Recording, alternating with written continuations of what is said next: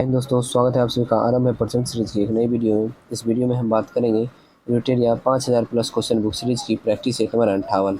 बिना time waste किए start करते हैं प्रैक्टिस सेट नंबर 58 का क्वेश्चन नंबर 1। दादा भाई नौरोजी द्वारा लंदन में किस संस्था की स्थापना की गई? तो दादा भाई नौरोजी द्वारा लंदन में द ईस्ट इंडिया एसोसिएशन की स्थापना की गई थी। ठीक है। क्वेश्चन नंबर 2 है, सर विलियम जोन्स ने निम्नलिखित में से किस पुस्तक या ग्रंथ का अंग्रेजी में अनुवाद किया था? सर विलियम जोन्स जो थे वो कौन सी पुस्तक या ग्रंथ का अंग्रेजी में अनुवाद की थी, ये पूछ रहा है। तो कौन सी पुस्तक थी वो थी अभिज्ञान शकुंतलम। ठीक है। तो ये बताइए अभिज्ञान शकुंतलम किनके द्वारा लिखा गया था? तो ये लिखा गया था कालिदास के द्वारा। ठीक है। क्वेश्चन नंबर 3 है, भारत के इतिहास का पहला सुव्यवस्थित इतिहास किस विद्वान ने तैयार किया था? तो भारत के इतिहास का पहला सुव्यवस्थित इतिहास किस विद्वान ने किया था? तो ये विंसेंट ऑर्थर स्मिथ ने। किसने? विंसेंट ऑर्थर स्मिथ ने। क्वेश्चन नंबर 4 है, अखिल भारतीय अनुसूचित जाति महासंघ की स्थापना किसके द्वारा की गई थी? तो अखिल भारतीय अनुसूचित जाति महासंघ की स्थापना की गई थी भीमराव अंबेडकर के द्वारा। क्वेश्चन नंबर 5 है, रहनुमाई मजद यासन सभा का संबंध किस धर्म में सुधार से संबंधित है? तो किस धर्म में सुधार से? पारसी धर्म में सुधार से संबंधित। क्वेश्चन नंबर 6, महाराष्ट्र के किस समाज सुधारक को लोकहितवादी उपनाम से जाना जाता है? तो लोकहितवादी किसे कहा जाता है? ये गोपाल हरि देशमुख को कहा जाता है। क्वेश्चन नंबर 7 है, यंग बंगाल आंदोलन का आरंभ किसने किया था? तो यंग बंगाल आंदोलन का आरंभ हेनरी विवियन डिरीजियो ने किया था। किसने? हेनरी विवियन डिरीजियो ने। क्वेश्चन नंबर 8, किस स्थल में प्रागैतिहासिक गुफा शैलचित्र मिले? तो कौन से स्थल में प्रागैतिहासिक गुफा शैलचित्र मिले? तो ये मिले भीमबेटका में। क्वेश्चन नंबर 9 है, भारतीय उपमहाद्वीप में लौह का सर्वप्रथम साहित्यिक संदर्भ मिलता है किसमें? तो ये मिलता है यजुर्वेद में।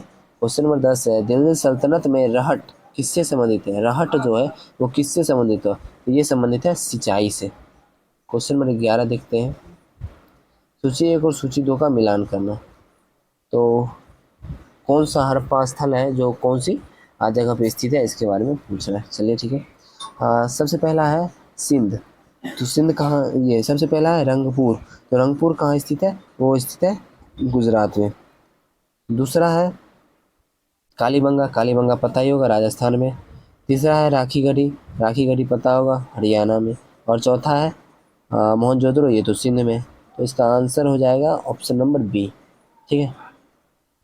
फिर से एक बार देख लेते हैं, रंगपुर है गुजरात में, कालीबंगा है राजस्थान में, राखीगढ़ी हरियाणा में और मोहनजोदड़ो सिंध में। क्वेश्चन नंबर 12 देखते हैं, अक्सर किसे अंग्रेज जल रंग इंग्लिश वाटर कलर का जनक कहा जाता है? तो किसे कहा जाता है? तो ये कहा जाता है पॉल सैंडबी। बहुत इंपॉर्टेंट क्वेश्चन है, इसे ध्यान रखिएगा। ठीक। पॉल सैंडबी को अंग्रेजी जल रंग यानी इंग्लिश वाटर कलर कहा जाता है।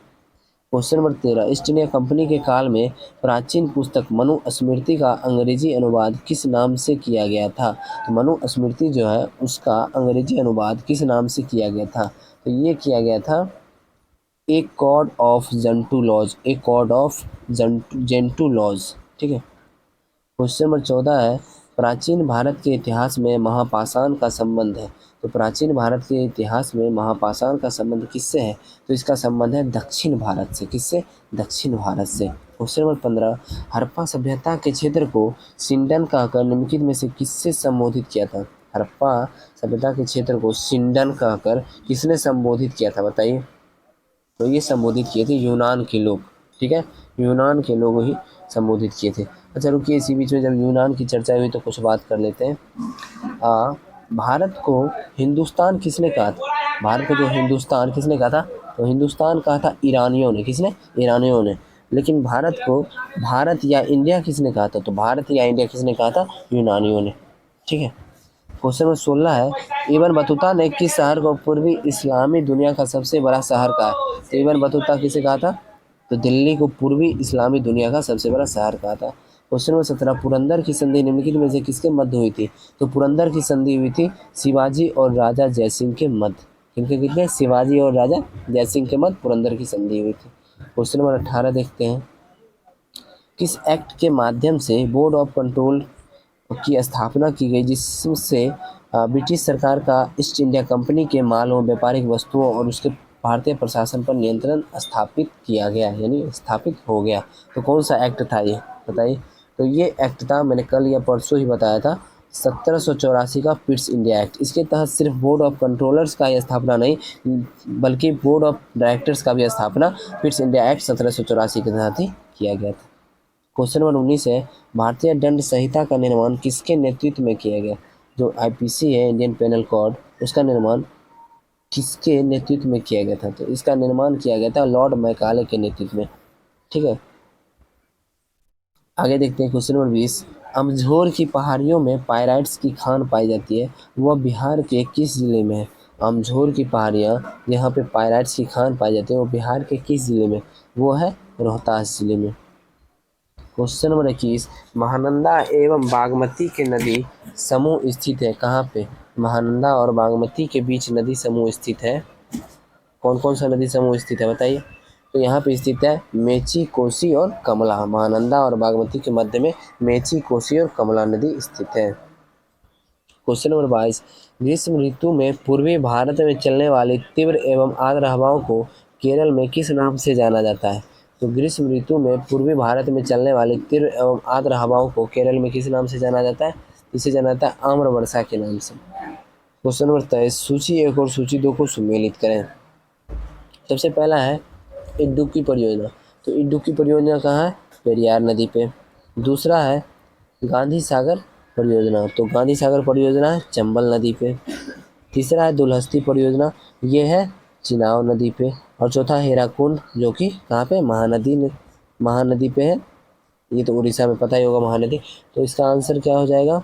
इडुक्की 1 का 3, यानी option number A. Question number 24। भूमध्य सागर का प्रकाश स्तंभ किस ज्वालामुखी को कहा जाता है? ये बहुत इंपॉर्टेंट क्वेश्चन है, बहुत सारे एग्जाम में पूछा गया है। भूमध्य सागर का प्रकाश स्तंभ किस ज्वालामुखी को कहा जाता है? तो ये कहा जाता है स्ट्रोम्बोली ज्वालामुखी को। क्वेश्चन नंबर 25 है, चेंचू जनजाति किस क्षेत्र में वन्यजीव की सुरक्षा से संबंधित है? चेंचू जनजाति जो है वो किस क्षेत्र में वन्यजीव की सुरक्षा से संबंधित है बताइए? तो ये संबंधित है नागार्जुन श्रीशैलम वन्यजीव क्षेत्र में। ठीक है, क्वेश्चन नंबर 26 है, निम्न में से भारत की सबसे बड़ी जनजाति कौन सी है? तो भारत की सबसे बड़ी जनजाति है भील। Question number 27।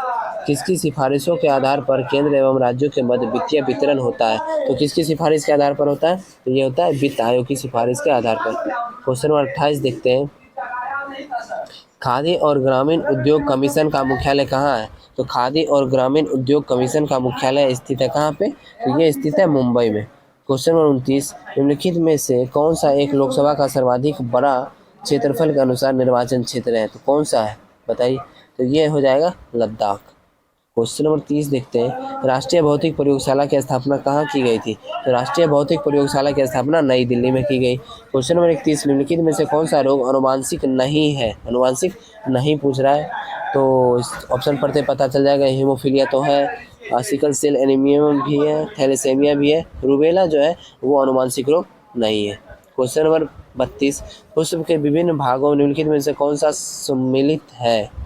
कौन सा सम्मिलित मतलब पुष्प का कौन सा कौन कौन इनमें से भाग है, ये पूछ रहा है। ठीक है, तो बाह्य दल सही है, पंखुड़ी ये भी होता है पुष्प में, पुंकेसर भी होता है, स्त्री केसर भी होता है, मूलांकुर ये नहीं होता है। तो 1 2 3 4। Question number 33।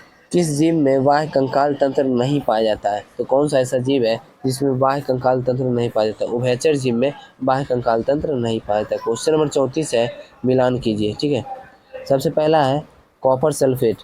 तो कॉपर सल्फेट हो जाएगा कीटनाशी के रूप में। दूसरा है पेनिसिलिन, पता ही होगा प्रतिजैविक। पेनिसिलिन का खोज किसने किया था? अलेक्जेंडर फ्लेमिंग ने। तीसरा है यूरिया। यूरिया का यूज हम लोग किस में करते हैं? उर्वरक के रूप में। और तीसरा है मेलाथियान, इसका फंगस नाशी के रूप में। तो इसका आंसर हो जाएगा 2 4 1, ऑप्शन नंबर बी। ठीक है, क्वेश्चन नंबर 35 देखते हैं, पारिस्थितिकी तंत्र का कौन सा घटक जैविक और अजैविक घटकों के बीच मध्यस्थ के रूप में कार्य करता है? तो पारिस्थितिकी तंत्र का कौन सा ऐसा घटक है बताइए जो जैविक और अजैविक घटकों के बीच मध्यस्थ के रूप में कार्य करता है? यह है उत्पादक। Question number 36। मानव में वृक्क में डैश द्वारा घुलनशील नाइट्रोजन यौगिक के रूप में उत्सर्जित उत्पादों को हटाया जाता है। तो किसके द्वारा हटाया जाता है? ये हटाया जाता है माइटोकॉन्ड्रिया के द्वारा। ठीक है, माइटोकॉन्ड्रिया के द्वारा जो उत्सर्जित घुलनशील नाइट्रोजन यौगिक होते हैं उसे वृक्क में हटाया जाता है। ठीक है, चलिए आगे देखते हैं क्वेश्चन नंबर 37। अमोनिया गैस बनाने की हैबर विधि में उत्प्रेरक के रूप में प्रयोग किया जाता है किसका? तो उत्प्रेरक के रूप में इसमें किसका प्रयोग किया जाता है, ये मैं आप लोग के लिए क्वेश्चन छोड़ रहा हूँ। ठीक है, ये क्वेश्चन मैं आप लोग के लिए छोड़ रहा हूँ, इसका आंसर आप लोग मुझे कमेंट में बताइएगा। अमोनिया गैस का जो हैबर विधि से उत्प्रेरक होता है तो उत्प्रेरक रूप में किसका प्रयोग करते हैं? ये ऑप्शन सही है या नहीं है ये भी आपको ध्यान देना है, लेकिन इसका आंसर मुझे आप कमेंट में बताइएगा। फिर मैं आपका क्या तैयारी का लेवल है उसी से मैं पता कर लूँगा। आवर्त सारणी में कौन सा तत्व सर्वाधिक यौगिक बनाता है? तो आवर्त सारणी में कौन सा तत्व है जो सर्वाधिक यौगिक? तो कार्बन। मनुष्य के शरीर में पसलियों की कुल संख्या कितनी होती है? तो मनुष्य के शरीर में पसलियों की संख्या होती है 24। क्वेश्चन नंबर 40, निम्नलिखित में से कौन सी एक ऊष्मा की इकाई नहीं है? ऊष्मा की इकाई नहीं पूछ रहा है, तो ठीक है देख लेते हैं। हाँ, किलो कैलोरी है, कैलोरी भी है, किलो जूल ये नहीं है, ये ऊष्मा की इकाई नहीं है। वाट भी है। चलिए क्वेश्चन नंबर 41, चिपको आंदोलन का कर्नाटक में दूसरा नाम क्या है? चिपको आंदोलन जो हुआ था उसका कर्नाटक में दूसरा नाम क्या है? तो इसका नाम है Appiko Chaluvali. Appiko Chaluvali. Question number 42, red data book किससे संबंधित है? तो रेड डाटा बुक संबंधित है लुप्त प्राय प्रजातियों की जानकारी से। क्वेश्चन नंबर 43, पारिस्थितिकी तंत्र में ऊर्जा का मुख्य स्रोत क्या है? तो पारिस्थितिकी तंत्र में ऊर्जा का मुख्य स्रोत है सूर्य का प्रकाश। क्वेश्चन नंबर 44, निम्नलिखित में से कौन पॉलीमर नहीं है? कौन पॉलीमर नहीं पूछ रहा है? पॉलीमर नहीं है तो पढ़ लेते हैं। नायलॉन तो है, कैप्रोलैक्टम ये जो है पॉलीमर नहीं है। ठीक है, कैप्रोलैक्टम ये पॉलीमर नहीं है। नायलॉन, टेफ्लॉन और पॉलीस्टाइरीन पॉलीमर है। वायु में ध्वनि की चाल अपेक्षा स्टील में ध्वनि की चाल होगी कितनी गुनी होगी बताइए? तो ये हो जाएगी 15 गुनी। क्वेश्चन नंबर 46 देखते हैं। यांत्रिक ऊर्जा का संबंध वस्तु के तो यांत्रिक ऊर्जा का संबंध वस्तु के गति और स्थिति से। किससे? गति और स्थिति से। क्वेश्चन नंबर 47, आवर्त सारणी में बाईं से दाईं ओर जाने पर प्रवृत्तियों के बारे में कौन सा कथन औसत्य है? तो कौन सा कथन औसत्य है ये पूछ रहा है। इसमें परमाणु आसानी से इलेक्ट्रॉनों का त्याग करते हैं। क्वेश्चन नंबर 48 है, निम्नलिखित योजनाओं और कार्यक्रमों का मेल कीजिए। निम्नलिखित योजना और कार्यक्रम का मेल करना। ठीक है, देख लेते हैं, मेल करते हैं। तो पहला प्रथम योजना, तो प्रथम योजना का हो जाएगा सामुदायिक विकास। दूसरा है द्वितीय योजना, तो द्वितीय योजना का हो जाएगा तीव्र औद्योगिकरण। द्वितीय योजना जो आई थी द्वितीय उसमें तीव्र मतलब कारखाना लगाना ये सब पे ज़्यादा ध्यान दिया गया था। तृतीय योजना जो था उसमें आधारभूत उद्योग। ठीक है, कार्यक्रम। चतुर्थ योजना जो था उसमें था न्यूनतम आवश्यक कार्यक्रम। पांचवा पंचम योजना जो था उसमें था स्वावलंबन एवं स्थिरता। ठीक है, तो इसका आंसर हो जाएगा 2 1 3 ऑप्शन नंबर सी। क्वेश्चन 49 है, भूतपूर्व सांसद सदस्यों की पेंशन व्यवस्था कब से लागू की गई? तो भूतपूर्व सांसद सदस्यों के पेंशन व्यवस्था कब से लागू की गई? 1976 ईस्वी से। 1976 ईस्वी में किसकी सरकार थी? कौन प्रधानमंत्री थे? आप कमेंट में बताइएगा। क्वेश्चन नंबर 50, कारगिल स्मृति दिवस कब मनाया जाता है? तो कारगिल स्मृति दिवस पता होगा 26 जुलाई को मनाया जाता है। चलिए अब कुछ इंपॉर्टेंट पॉइंट है उसे देख लेते हैं। जब संविधान बन रहा था तो उसमें कुछ समितियां बनाई गई थी संविधान को बनाने के लिए। ठीक है, जैसे कि आप लोगों को जानकारी होगा प्रारूप समिति के बारे में, छोटा सा बात कर लेते हैं एक बीच में। प्रारूप समिति, तो आप लोग जानते होंगे कि प्रारूप समिति के अध्यक्ष कौन थे? भीमराव अम्बेडकर, और उसमें 6 सदस्य अन्य सदस्य भी थे। मतलब भीमराव अम्बेडकर को जोड़ के टोटल कितने सदस्य थे? 7 सदस्य थे, जानते होंगे। आप लोग जानते हैं कि प्रारूप समिति ही संविधान बनाई थी। लेकिन मैं आपकी एक जानकारी के लिए बता दूँ कि जो संविधान थी, संविधान का जो प्रारूप था वो संविधान सभा ने ही तैयार किया था। लेकिन संविधान का जो प्रारूप था भीमराव अंबेडकर जो के जो 6 सदस्य तथा एक वो खुद यानी 7 सदस्य थे, उन्होंने मिलकर प्रारूप तैयार किया। लेकिन उनसे भी पहले एक व्यक्ति थे जिनका नाम था BN राव। कौन थे? BN राव। BN राव जो थे वो संविधान का प्रारूप दे चुके थे।